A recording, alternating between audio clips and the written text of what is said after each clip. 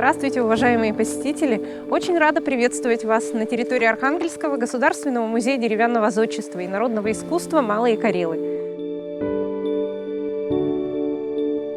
На сегодняшний день музей «Малые Карелы» является одним из самых крупных музеев под открытым небом в России. Площадь его составляет 140 гектаров. На этой огромной площади расположены свыше 100 памятников деревянной архитектуры. Все памятники были перевезены из разных деревень Архангельской области. Но двух одинаковых деревень не существует. Архангельская область очень разнообразна на всем ее протяжении. В каждом районе Архангельской области существуют свои традиции строить дома, вести хозяйство, наряжаться. И по этой причине в нашем музее были сформированы 4 разных сектора – Каргопольско-Онежский, Мезенский, Пинежский и Двинской.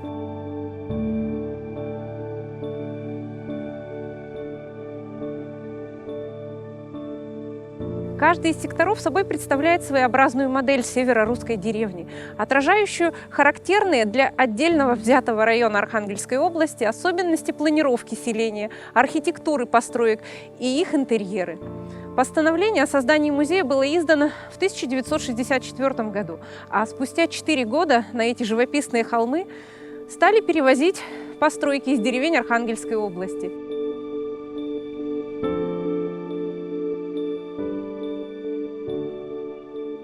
В 1973 году музей распахнул свои ворота для первых посетителей, которых встречала мельница из села Кош-поселок Онежского района Архангельской области. Мы с вами сегодня пройдемся по части музея. Это будет Каргопольско-Онежский сектор, отражающий культуру юго-западных районов Архангельской области – Каргопольского и Онежского.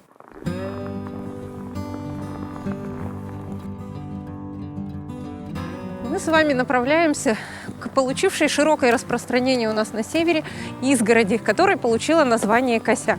Такая изгородь была предназначена для защиты крестьянских посевов от потравы скотиной.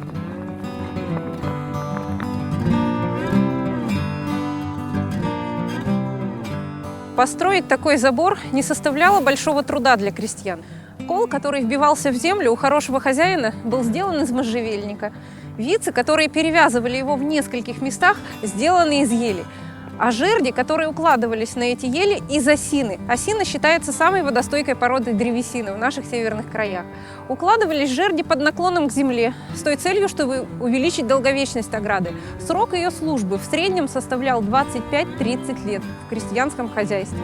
На своих полях крестьяне выращивали зерновые культуры – рожь, ячмень, овес, в меньших количествах пшеницу. По этому поводу даже поговорка была на севере сложена: «Матушка рожь кормит всех сплошь, а вот пшеничка только по выбору». Для посева зерновых культур крестьяне выбирали участки хорошей плодородной земли, а для возведения построек – жилых, хозяйственных или храмовых – выбирали участки каменистой почвы. Именно к этим постройкам мы с вами продолжаем наш путь.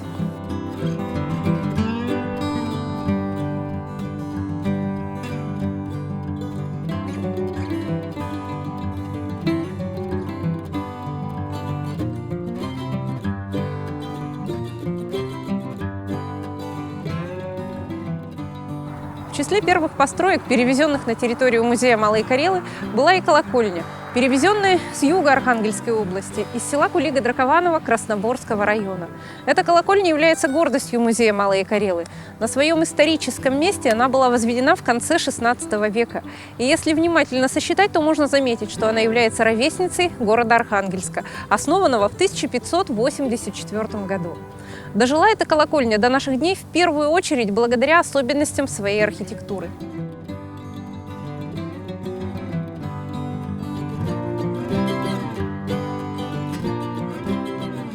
Основание колокольни представляет четырехстенный приземистый сруб, который в архитектуре получил название четверик. Четверик расположен не прямо на земле, а по всему периметру вы видите каменный фундамент, который длительное время не позволяет нижним венцам загнивать.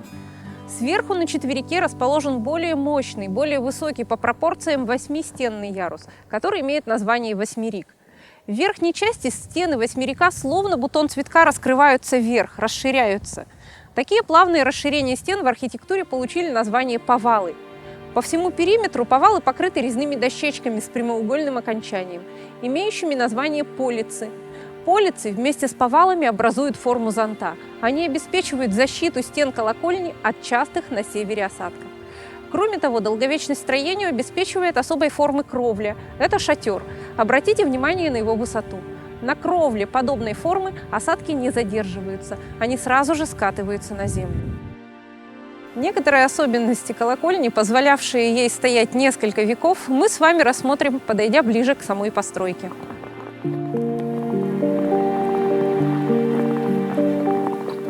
Отсюда хорошо заметно, что значительная часть бревен, из которых собраны основные объемы колокольни, четверик и восьмерик, имеют крученую структуру волокна. Такой лес, по сравнению с лесом, имеющим прямое расположение волокон, считался гораздо более прочным.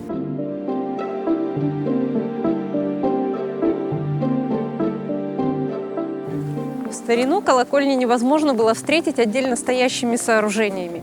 Колокольный звон был предназначен в первую очередь для зазывания народа на богослужение в храм. Поэтому колокольни всегда строились при храме. В некоторых случаях, когда не было возможности в деревне возвести большую церковь, ставили храмовые постройки меньшего размера, которые получили название часовни. К одной из часовен, представленных в коллекции музея Малые Карелы, мы с вами дальше продолжаем наш путь. Перед вами часовня, перевезенная из Плесецкого района Архангельской области. На своем историческом месте в деревне Федоровская она была возведена в конце XVIII века и освящена в честь одного из почитаемых на русском севере святых – преподобного Макария Унжинского и Желтоводского. Он известен своей миссионерской деятельностью, посвящал в православную веру иноверцев и в XIV веке был замечен вблизи города Каргополя. Дальше Каргополя святой Макарий по русскому северу не пошел, но вот часовни, подобные нашей Макарьевской, в старину можно было встретить в каждой небольшой деревне, в отличие от больших церквей, которые ставились, как правило, только в крупных селах. Но главным отличием часовни от церкви является все же не размер и не место расположения, а тот факт, что у часовни отсутствует алтарь. Главное в христианском храме часть, которая предназначена для свершения всех божественных таинств – Евхаристии, литургии, венчания молодоженов. По правилам, все эти таинства в часовне совершаться не могут. Богослужение в часовне справлял непрофессиональный священник. К этой работе обычно привлекался староста села или просто кто-то грамотный из односельчан, кто мог прочитать часы по богослужебной книге «Часослову». Отсюда и название этих строений – часовни.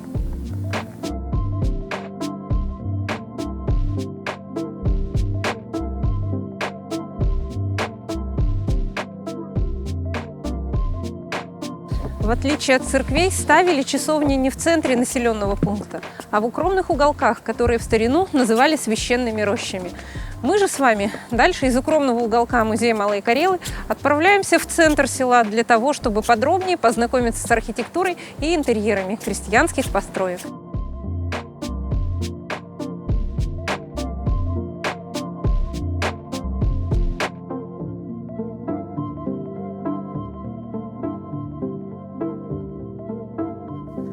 Мы с вами оказались на территории одной из крестьянских усадеб. Именно они по большей части формируют облик Каргопольско-Онежского сектора музея. В состав усадьбы входили разные хозяйственные постройки, в числе которых мог быть колодец. У этого колодца наземная часть выполнена в виде большого колеса, которое имеет название ворот.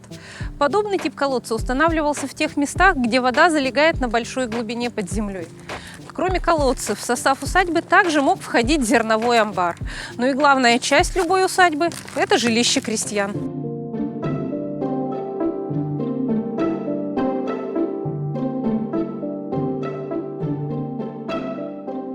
Северные дома отличаются своими огромными размерами от домов в южной полосе и в средней полосе России. У нас на севере принято объединять жилую часть и хозяйственный двор под одной общей крышей. Такой дом называется дом-двор. И на севере существует поговорка: дом строится для зимы, а не для лета. Все архитектурные особенности северного дома можно было объяснить суровым климатом севера. Обратите внимание на то, как высоко расположены окна над уровнем земли. Благодаря такому расположению их создается своеобразная воздушная подушка между промерзающей на большую глубину почвой и самой зимней комнатой. Пустое пространство под комнатой имеет название подклет. Он есть у всех без исключения северных домов. В большинстве случаев в подклете хранили в зимнее время продукты питания. Обратите внимание на размеры окон, на размеры дверного проема. Все предназначено для того, чтобы больше тепла сохранить внутри дома в сильный мороз. На крыше дома вместо привычной всем кирпичной трубы расположена труба деревянная, которая имеет название дымник. Наличие дымника на крыше дома свидетельствует о том, что печь здесь топится по-черному. Подробнее об этой системе отопления мы с вами поговорим уже внутри дома. К жилой части сзади примыкает хозяйственный двор. Он состоит из 2 этажей. На первом этаже в хлевах держали всех животных, а на втором этаже хозяева хранили сено, которое наверх завозили по бревенчатому настилу, взвозу. По нему поднималась лошадь и затаскивала огромные вазы с сеном. Стоит обратить внимание на то, что 1 и 2 этаж между собой никоим образом конструктивно не связаны. По всему периметру весь 2 этаж поддерживают мощные столбы, сваи. Сделано это с той целью, чтобы хозяин дома без особых затруднений мог менять быстро сгнивавшие срубы хлевов. И при этом ему не приходилось разбирать хозяйственный двор от самой крыши до самой земли. Ну а сейчас я вас приглашаю внутрь дома для того, чтобы подробнее познакомиться с преимуществами и недостатками черного печного отопления. Но заходя в дом, не забывайте, пожалуйста, беречь свои головы. С давних пор принято на севере к хозяевам заходить в дом с почетом, с поклоном и с уважением. Эта часть дома имеет название сени. Отсюда есть вход во все помещения дома, как жилые, так и хозяйственные. Сначала мы с вами зайдем в помещение, где крестьянская семья проживала большую часть года. Проходя через дверной проем, обратите, пожалуйста, внимание на высокий порог. Такой порог препятствовал попаданию потоков холодного воздуха в жилые комнаты. Мы с вами находимся в помещении, которое имеет название изба. Слово «изба» происходит от более древнего слова «истьба», которое в переводе на наш современный язык означает «истопка». Избой называют помещение, которое отапливается печью. В этой избе у печи отсутствует кирпичная труба. И если эту печь затопить, то дым черным столбом будет выходить прямо из устья печи, куда укладывают дрова для растопки, куда ставят горшки с пищей. Дым сразу же устремляется к потолку, а потолки в черных избах, именно так их называли, были значительно выше, чем в привычных всем деревенских домах. Высота такого потолка могла достигать 3 метров. Обратите внимание на его форму. Потолок сделан в виде трапеции для того, чтобы дым, поднявшись наверх, по наклонным поверхностям сразу же расстилался к стенам. По стенам дым опускался до полок, которые тянутся по периметру всего жилого помещения. Эти полки называются воронцы. Свое название они получили от того, что всегда были черными, от сажи и от копоти. Ниже воронцов дым не опускался, так как на этом уровне проходит граница горячего и холодного воздуха. Здесь действуют простые законы физики, согласно которым весь горячий воздух вместе с дымом был легче, и он оставался в верхней части избы. Дым отталкивался от воронцов и вытягивался из дома через волоковое окно над дверью. За ним находится дощатый короб, который напрямую соединен с деревянным дымником на крыше дома. Получался эффект практически современной вентиляционной системы. И пока дым через эту своеобразную вентиляцию выходил из избы, горячий воздух в верхней ее части успевал остыть. От этого он тяжелел и начинал опускаться вниз. Таким образом, изба нагревалась.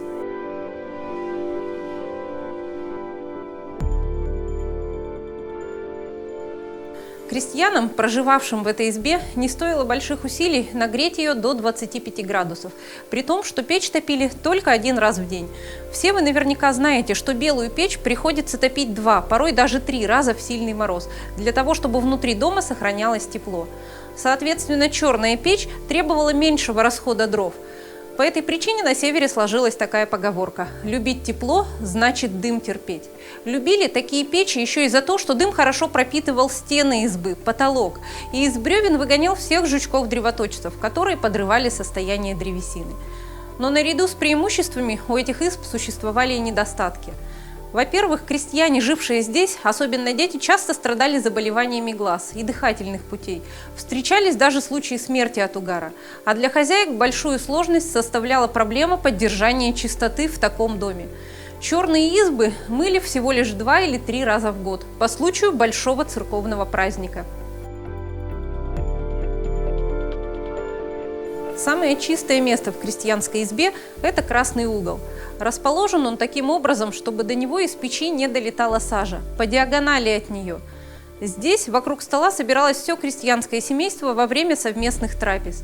И существовало особое распределение мест среди домочадцев. Прямо в углу под иконой место самое почетное было отведено для главы семейства. На севере он получил особое звание – большак. На лавках, пристроенных к стенам, сидели его сыновья и внуки. Эти лавки считаются мужскими. Дочерям хозяина дома и его супруге было отведено место на приставной лавке у стола. Эту лавку часто так и называли – бабья лавка.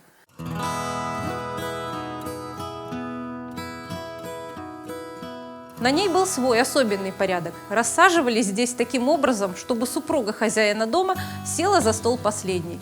На севере с давних пор замечали, что женщины здесь отличаются особым ростом, статью, запасом физической силы. И часто говорили: за такой женой будешь, как за каменной стеной. Поэтому в соответствии с хозяином, большаком, хозяйка дома здесь получила звание большуха. За стол она садилась последней по одной простой причине. В ее обязанности входила подача пищи из печи для своих домочадцев. Пищу хозяйка готовила в специально отведенном для этого пространстве за печью. Часто это место называют бабий кут, бабий угол или бабье царство. От основного пространства избы его отгораживает расписной шкаф для хранения посуды. Этот шкаф называется заборка. Украшен он традиционной для Каргопольского района свободной кистевой росписью.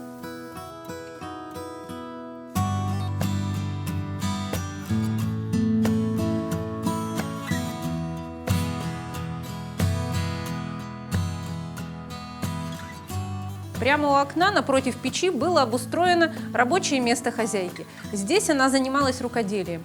Об этом напоминают предметы: веретено, прялка. Рукоделием занимались обычно в вечернее время, и в зимнюю пору для этого было необходимо дополнительное освещение. Освещали избу при помощи лучины. Тонкие березовые щепки закрепляли в специальном устройстве, которое называется светец, и поджигали. Каждая лучина горела от 3 до 5 минут, в зависимости от ее длины и толщины. Обгоревшие остатки падали вниз, и для того, чтобы в доме не случилось пожара, углубление в светечной скамье заполняли водой или песком. Самой хозяйке неудобно было отвлекаться от рукоделия каждые 5 минут для того, чтобы лучину поменять. Поэтому рядом со светцом постоянно находился кто-то из младших крестьянских детей и назначался ответственным за такую работу.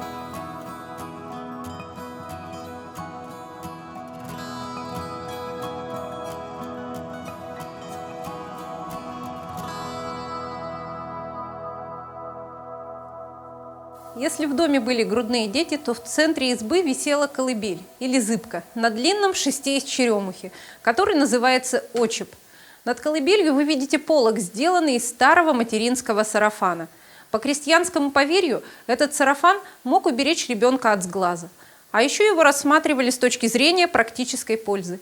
Во-первых, пропитанный запахом матери, он успокаивал ребенка во время отсутствия ее рядом.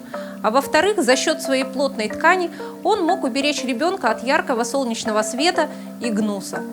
В колыбели ребенок находился до той поры, пока не народится следующий, младший член семьи. Как только это происходило, он переходил спать к более старшим домочадцам. В черной избе спали не на печи, спали здесь на широких лавках вдоль стен, спали также на полу. А чтобы сквозь щели в полу не натягивало от земли сыростью и холодом, под себя подстилались сенные матрасы, а вместо одеял укрывались шубами. Но как только наступало короткое северное лето, все члены семьи из черной избы старались расстелиться просторнее. В летнее время дети могли спать прямо на сеновале, в душистом сене. Туда мы с вами дальше и направляемся. На первом этаже хозяйственного двора, куда ведет небольшая лестница, держали всех животных. На втором этаже хранили сено и орудия труда.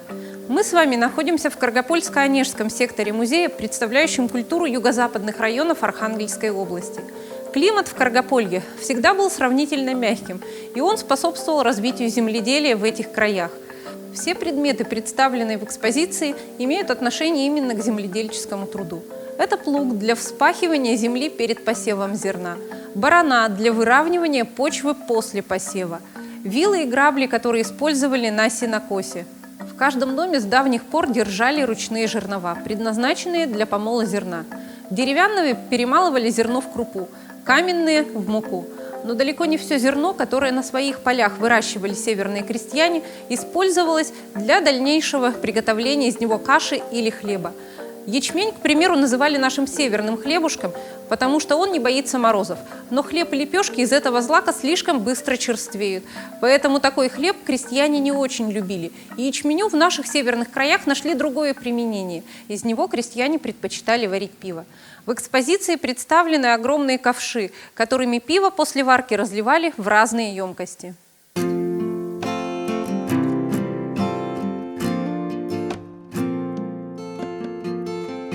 Отдельная часть экспозиции посвящена обработке льна. Лен на севере выращивали в больших количествах.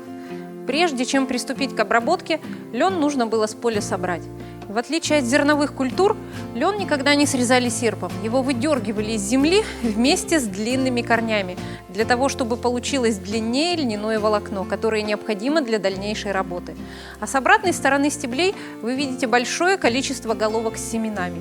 Сначала их нужно было отделить от стеблей, и для этой работы использовалось приспособление по принципу действия, напоминающее расческу. Называется оно броснуха. Пучками через зубья броснухи продергивали лен.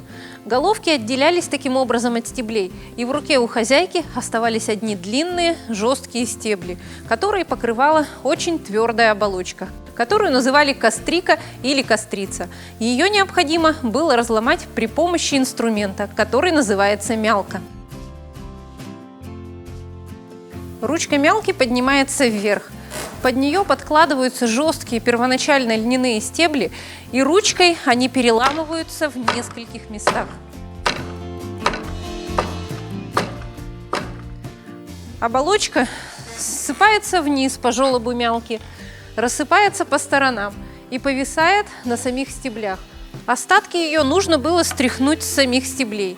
Эта работа выполнялась при помощи деревянного ножа, который называется трепало.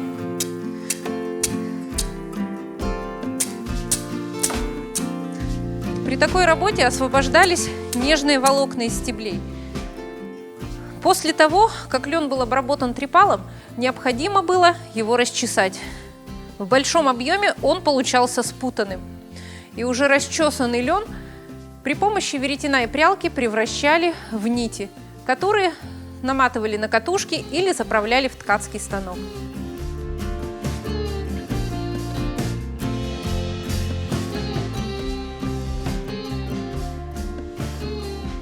У северных крестьян все помещения, как жилые, так и хозяйственные, для удобства были собраны под одной крышей. Исключением был амбар.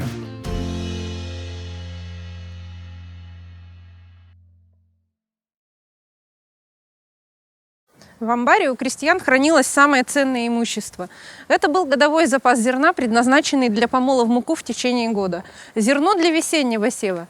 И по этой причине к амбарам при строительстве предъявляли особые требования. Во-первых, ставили амбар на достаточном удалении от дома, который мог стать источником пожара. Обязательно старались амбар поставить прямо перед окнами дома, на виду у хозяйки, чтобы она своевременно за амбаром приглядывала.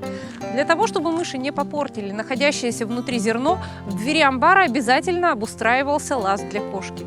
Толстые стены, надежная крыша амбара – все обеспечивало сохранность находящегося внутри зерна.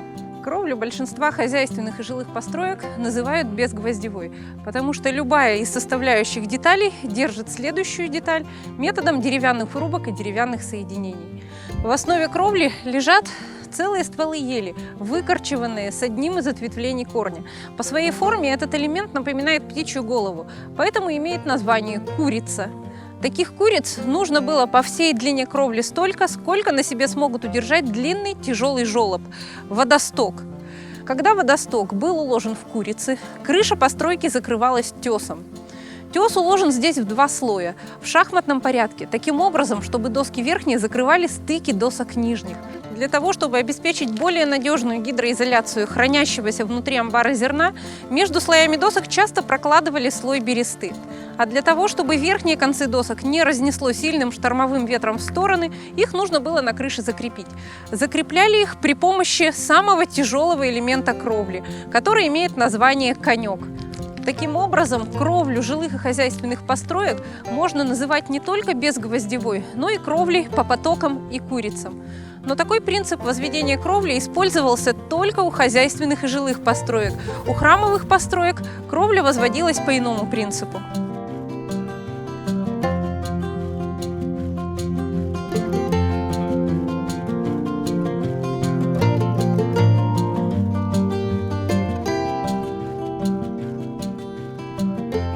На историческом месте в селе Кушерика Онежского района Вознесенская церковь строилась в 1669 году.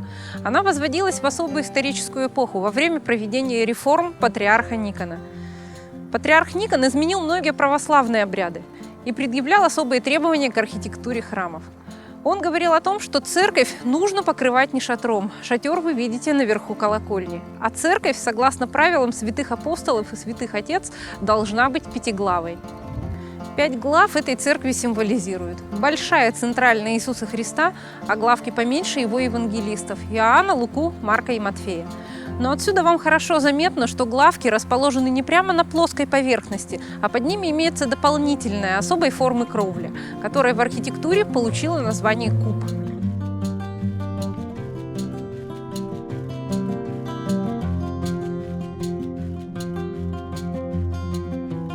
Северные зодчие на самом деле не хотели строить эту церковь по византийскому образцу, как того, по сути, требовала реформа. Они долгими веками привыкали на храмовых строениях возводить шатры, считали их очень эффектными, и окончательно отказаться от шатра, слишком заветного и дорогого для них, северные зодчие были не в силах. Но и возвести его в чистом виде на крыше Вознесенской церкви, согласно требованиям реформы, они не имели права. Церковь должна быть пятиглавой по правилам святых апостолов и святых отец. И в данном случае зодчие нашли для себя компромиссное решение. Они взяли этот же самый шатер, но решили его видоизменить. Уменьшив количество граней, вместо привычных 8 граней было оставлено 4, и уменьшили его высоту. Получилась интересная форма, похожая на четырехгранную луковицу, с выпуклыми боками.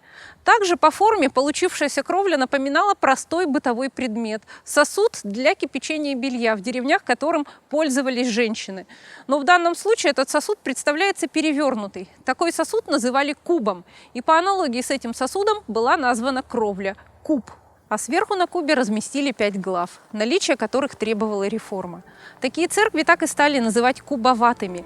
А наша церковь, построенная в честь престольного праздника Христова Вознесения, является одной из самых древних деревянных кубоватых церквей, которые на сегодняшний день сохранились на территории Русского Севера. Особенностью храма является то, что церковь двухэтажная. На первом этаже в старину был расположен зимний храм, на втором этаже – летний.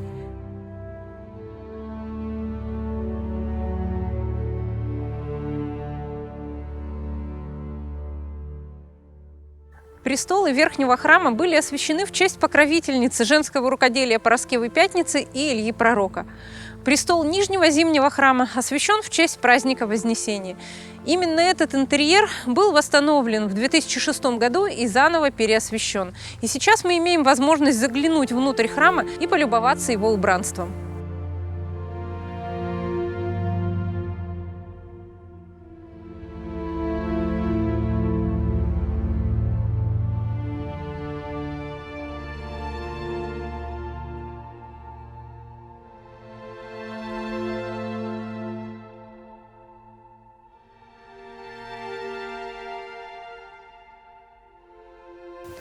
Богослужения здесь проводятся только в летнее время, начиная с праздника Вознесения Господня и заканчивая праздником Покров Пресвятой Богородицы.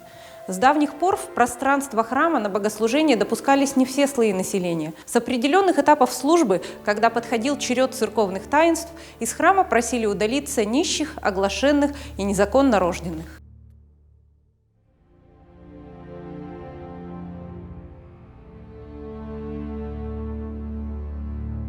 За дальнейшим ходом богослужения эти представители деревенского населения могли наблюдать через небольшие окна, прорубленные внутрь храма со стороны галереи, окружавшей молитвенное помещение. Но церковь считалась не только Домом Божьим, а также общественным центром.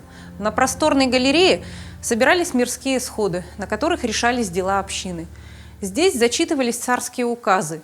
Хранились наиболее важные для общины документы. Здесь же во время храмовых праздников жители села собирались на братские пиры. А устраивались праздники всегда в самом оживленном месте деревни – на большой ярмарочной площади. На центральной площади музея проводятся все массовые мероприятия. Музей Малые Карелы известен тем, что здесь возрожден целый годовой цикл старинных народных праздников. Отмечаются здесь также свадебные торжества, церковные праздники. И как в старину, ни одно народное гуляние не обходится у нас без колокольного звона. Поэтому напротив церкви стоит действующая колокольня. А в разные стороны от площади тянутся дороги, вдоль которых стоят постройки самого разного назначения. В старину такие дороги называли концами. Поэтому такую планировку Каргопольской деревни на севере принято называть Кончанская. Рядом с центральной площадью обычно располагались дома зажиточных крестьян. Именно к ним мы и продолжаем наш путь.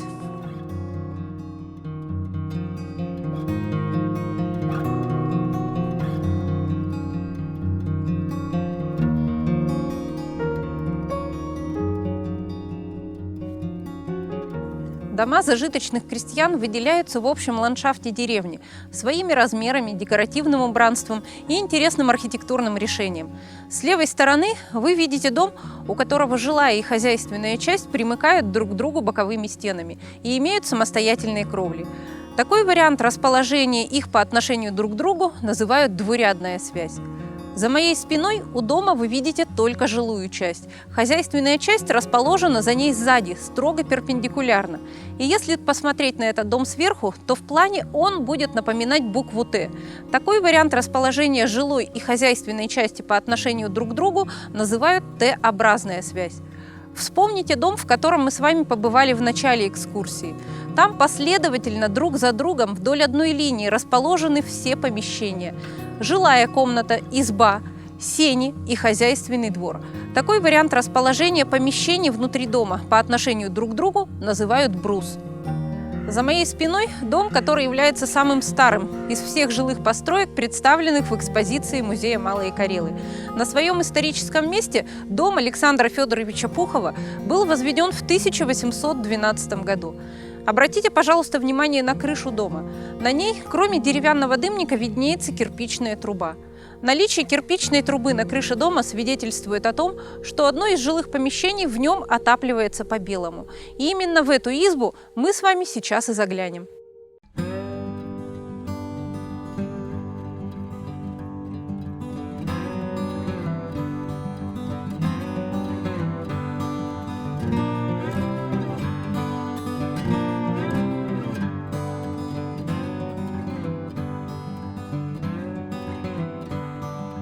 Семейство Пуховых, которым исторически принадлежал этот дом, в зимнее время проживало в черной избе, а на лето перебиралось жить в белую избу, где мы с вами сейчас и находимся. Отличия белой избы от черной видны сразу. Печь здесь имеет кирпичную трубу для вывода дыма на улицу. На печи самое теплое спальное место для стариков и детей. А детей у хозяина дома Александра Федоровича Пухова было 7, и из них ни одной дочери, к счастью, как считали сами Пуховы. С давних пор, когда в крестьянской семье рождалась девочка, на нее не выделялся нарез земли. Когда она собиралась выходить замуж, семейству нужно было к свадьбе собрать ей приданое. По самым скромным подсчетам, к свадьбе у девушки в сундуке было сложено 70 полотенец, 40 рубах, несколько разных сарафанов. Ведь шили не только из расчета на свою будущую семейную жизнь, но и в подарок на каждого родственника мужа к свадьбе. И это из расчета только на одну дочь, а если дочерей несколько. Поэтому в старину в деревнях сложилась поговорка: «Не дай Бог человеку зла, а дай 7 дочерей». С мальчиками дело обстояло иначе. На каждого родившегося члена семьи мужского пола выделялся нарез земли.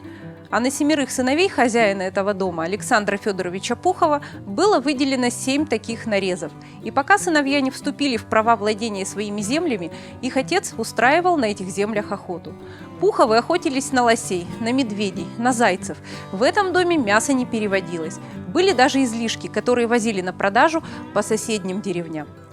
А деревни, жители которых занимались торговлей, главным образом располагались по берегам реки Северная Двина и имели планировку, отличавшую их от Каргопольской деревни.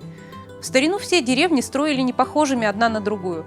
Каждая имела свой особенный облик. В музее Малые Карелы вся Архангельская область с ее многообразием представлена в миниатюре.